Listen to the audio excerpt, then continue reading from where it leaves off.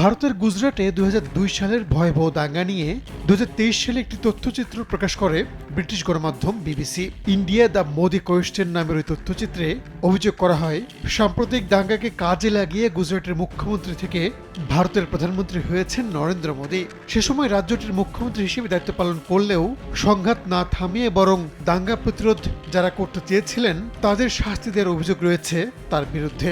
ভারতীয় supreme court মোদীকে নির্দোষ ঘোষণা করলেও 23 বছর ধরে তাকে দায়ী করা হচ্ছে গুজরাট দাঙ্গার জন্য।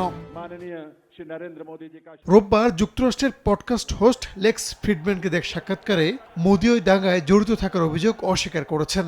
তার দাবি, দাঙ্গা নিয়ে যেসব কথাবার্তা ছড়িয়েছিল তা মিথ্যা রটানোর চেষ্টা। বিরোধী রাজনৈতিক শিবির এই কাজ করেছে।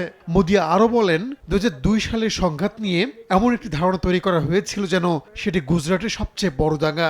ভারতের প্রধানমন্ত্রীর দাবি, ঘুড়ি উড়ানোর প্রতিযোগিতা, সাইকেলে ধাক্কার মতো ছোটখাটো ঘটনাতেও রাজ্যটিতে দাঙ্গার মতো ঘটনা ঘটত।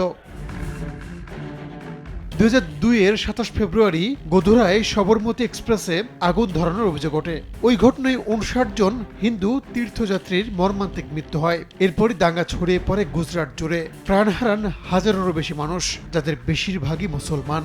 ভারতের স্বাধীনতার পর এটি ছিল সবচেয়ে ভয়াবহ দাঙ্গার একটি। রাহানুল রানা, সময় সংবাদ।